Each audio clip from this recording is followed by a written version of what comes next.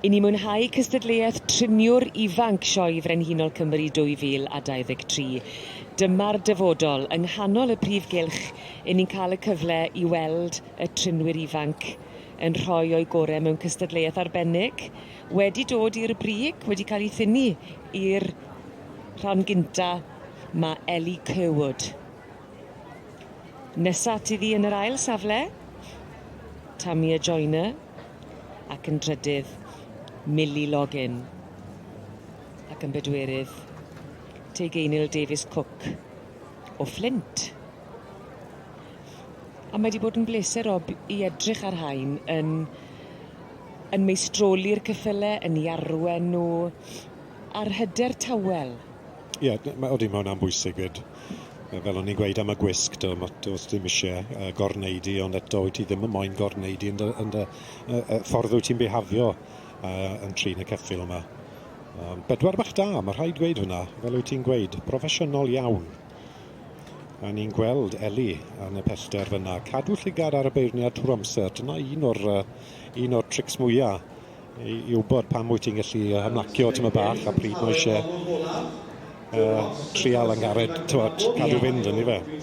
Mae Ellie yn heiddi'r dosbarth hyn, dwi'n gweld. Mae'n cadw llygad ar y cyffil, dim gadael ei ware a'i geg, cadw'r coesau yn y lle reit, ddim yn symud. Ac eto fel ni'n gweld, llygad ar y beirniad trwy'r amser. A mae yna lwybr, a mae yna yrfa i gael i fod yn driniwr ac i arddangos ac i ddangos ar ran gymaint o bobl. I ni wedi gweld lot o'r unwynebau yn dod nôl blwyddyn ar ôl blwyddyn. Felly mae gwybod bod yna ddechrau a chyfle i ddod mewn i'r gyrfa'n wych. Ie, dechrau yw i, ynddo fe, dechrau yw i. A'r het i ffwrdd.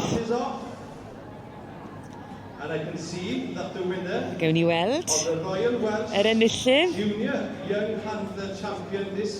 ac yn cadw i hemosiynau dan reolaeth, Rob. Yn mynd ar wobr gynta, Ellie Curwood.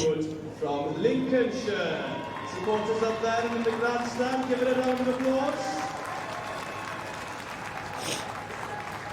So the Royal Welsh Senior Young Handler Champion. And in second place, we have number 30, Trinwyr Joyner from Dorset. Give her a round of applause.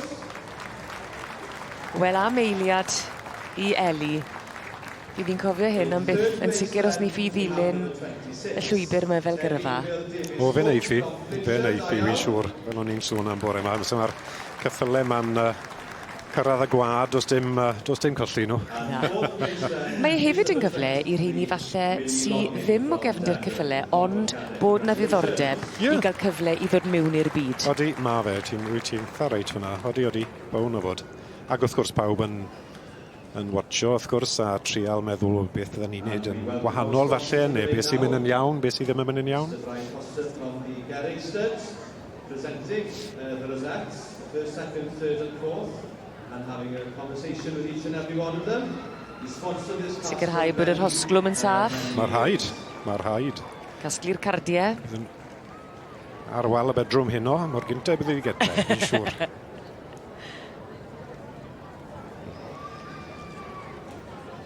A fydd hi'n cael cyfle i ddangos i sgiliau arwen cyn bo hir. Beth fydd hi ond. Elin hala fi i wenu, mae'n barod am y llun na. Ac eiliad balch iawn i'r teulu. Ie, wir. Ie, diolch i'r poni fyd. Ie, a hwnna sy'n hyfryd i weld, yr hyd a'r lledrith yna, y cysylltiad rhwng yr un sy'n dangos a'r ceffyl. Achos wrth gwrs, does dim pawb yn moyn marchogaeth, so gallu di gael bod ni'n egobyn Cymreig, a dim ond arwen os wyt ti moyn yn difed. Does dim rhaid i ti jwmpo arno fe a achosi trytherth. And in second, it's 400 lamb. This is Adam Thomas Peter, Willie Goister.